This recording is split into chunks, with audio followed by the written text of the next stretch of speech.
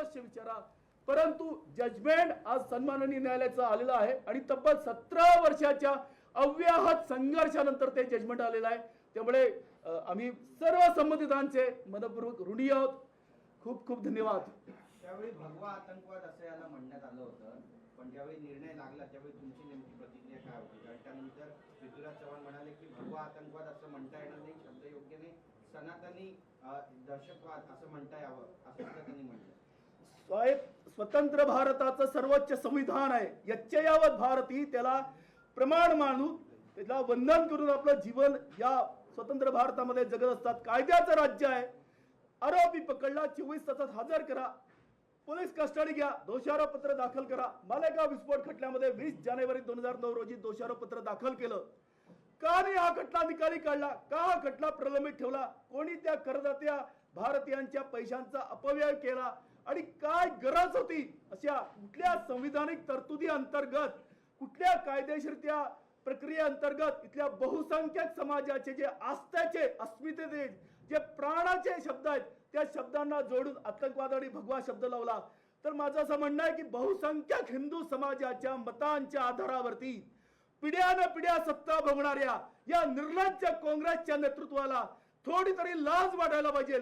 आज त्यांनी क्षमा मागायला पाहिजे की त्यांनी या बहुसंख्यक हिंदू समाजाचा सातत्याने दुरुपयोग केला, अल्पसंख्याक समाजाच्या अज्ञानाचा गैरफायदा घेतला. 31 जुलै रोजी आमच्या निर्दोषत्वावरती सन्माननीय न्यायालयाने शिक्कामोर्तब केला. आमच्या आयुष्यामध्ये 17 वर्षानंतर आनंद आला. परंतु त्या मालेगाव मधील गरीब लोकांची काय भावना झाली असेल आपण समजू शकतो की गेली 17 वर्ष त्यांना सत्ताधाऱ्यांनी, काँग्रेसने त्यांच्या अज्ञानाचा, असहाय्यतेचा, असंघटितपणाचा गैरफायदा घेतला आणि आजही मालेगाव विस्फोट 2008 समझोता ब्लास्ट मध्ये पाकिस्तानी आतंकवाद्याला सोडून हिंदूंना लटकवलं. अजमेर शरीफ ब्लास्ट मध्ये सुद्धा त्या संतत्व प्राप्त असलेल्या असीमानंदांना लटकवलं. अजमेर शरीफ ब्लास्ट असेल, मोडासाहेब ब्लास्ट असेल, विद्यमान केंद्रीय गृहमंत्री यांना सुद्धा गृहराज्यातून तडीपार केलं. किती तो सत्तेचा दुरुपयोग. त्यामुळे मी पुन्हा यच्चयावत भारतीयांना आवाहन करेल की आम्ही निमित्त होतो, आमच्या 17 वर्षीय आयुष्यातील परत थोडी आणू देणार नाही. परंतु यापुढे जर का कुठल्याही त्या धर्मपरायण या करदात्या भारतीय नागरिकाचं असं आयुष्य जर उद्ध्वस्त व्हायचं नसेल तर कदापि काँग्रेसला मतदान करू नका. कदापि काँग्रेस सत्तेवरती येणार नाही याची काळजी घ्या. जे राष्ट्रभक्त आहेत, जे धर्मनिष्ठ आहेत, तेच सत्ताधारी असले तरच येणाऱ्या पुढील पिढ्या त्या भारतीय संविधानाला अभिप्रेत, प्रतिष्ठित आणि आपल्या स्वातंत्र्याचा उपभोग घेऊ शकतील असं मी माझ्या स्वानुभवावरून आवर्जून सांगायला मला आवडेल. खूप खूप धन्यवाद. 17 वर्ष लागली तुम्हाला न्याय मिळायला. या 17 वर्षाच्या आधी ज्यावेळेस हे प्रकरण सुरू झालं त्यावेळेस जे अधिकारी असतील किंवा मग त्यावेळेस सरकार असेल यांनी तुम्हाला सगळ्यांनाच का टार्गेट केलं असं तुम्हाला काय वाटतं? 17 वर्षामध्ये मालेगाव विस्फोट 2008 मध्ये सगळ्यात अगोदर साध्वी प्रज्ञा सिंग ठाकूर यांना अटक झाली. तर जी तथाकथित बाईक होती LML फ्रीडम, तिच्या आधारावरती त्या कंपनीशी त्यांनी संपर्क केला आणि त्या संबंधित जे काही क्रमांक होते तर देश पातळीवरती त्यांनी त्याची जाणून घेण्याच्या तपासामध्ये प्रयत्न केला. त्यामुळे त्यांना फक्त साध्वी प्रज्ञा सिंग ठाकूर असं नाव सापडल्यामुळे बाकीच्या गाड्यांचा त्यांनी तपासच केला नाही. आणि आज ही वस्तुस्थिती आहे की जी बाईक साध्वी प्रज्ञा सिंग ठाकूरची म्हणून दाखवली ती बाईक साध्वी प्रज्ञा सिंग ठाकूरची होती हे ते सिद्ध करू शकले नाहीत. कुठल्याही वैध अभिलेख नाहीयेत. साध्वी प्रज्ञा सिंग ठाकूरचं साधं ड्रायव्हिंग लायसन्स पण नाहीये. तिला कोणी गाडी चालवताना सुद्धा बघितलेलं नाहीये.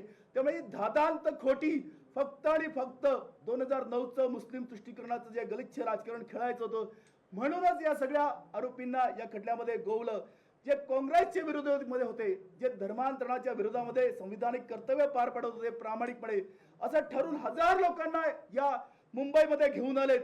आणि काही जणांना जे संसारी कार्यकर्ते होते त्यांनी मजबुरीमध्ये साक्षीदार झालेत. परंतु तत्कालीन या देशातील क्षत्रिय आणि अखिल भारतीय स्तरावरचं जे संन्यस्त धार्मिक राजकीय नेतृत्व होतं, ज्यांना आम्ही आयुष्यात कधी भेटलो नाही, ज्यांची नावं आम्ही त्या वर्तमानपत्रातून आणि टीव्हीवरच्या बातम्यांमधून त्यांना प्रत्यक्ष बघितलं होतं आणि ऐकलं होतं, अशा त्या ऋषितुल्य, आदर्श, अनुकरणीय, ज्येष्ठ श्रेष्ठ त्या राष्ट्रभक्तांना, धर्मनिष्ठांची नावं आम्हाला घेण्यास त्यांनी भाग पडलं.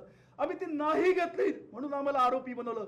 विद्यमान सरसंघचालक जी असतील, श्रद्धेय मोहनजी भागवत, योगी आदित्यनाथजी, प्रवीण तोगडियाजी, श्री श्री रविशंकरजी, या सगळ्यांची तुम्ही नावं घ्या. ट्रायलच्या वेळेस तुम्ही त्याला नाकारा, पण आज तुम्ही तुमचं आयुष्य वाचवा. 2009चं इलेक्शन डोळ्यासमोर आहे.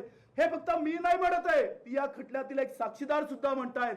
आणि तत्कालीन इन्व्हेस्टिगेटिंग ऑफिसर महबूब मुजावर यांनी सुद्धा ऍफिडेव्हिट वरती हे म्हटलेलं आहे. तर देशामध्ये जगामध्ये आरोपींना हे गुन्हा करण्यासाठी, गुन्हा सिद्ध करण्यासाठी मारतात, की ते गुन्हा उघडकीस करण्यासाठी मारतात. परंतु जो गुन्हा आम्ही केलेलाच नाहीये आणि ज्यांना आम्ही ओळखत नाही, त्याच्यामुळे आम्ही अमानवीय पद्धतीने आम्ही मारहाण सहन केली. साध्वी प्रज्ञा सिंग ठाकूर आज तागत आपल्या पायावरती चालू शकत नाही. आम्ही सगळ्याच्या सगळे फिजिकल फिट होतो. घरच्यांना अपमानित केलं, प्रताडित केलं. आम्ही ज्या जातीचं समर्थन करत नाही त्या जातीवरून सुद्धा आम्हाला अश्लाघ्य पद्धतीने शिवीगाळ केली. तर हा कुठला लोकशाही मराठी ऐका, पहा, जागरूक रहा.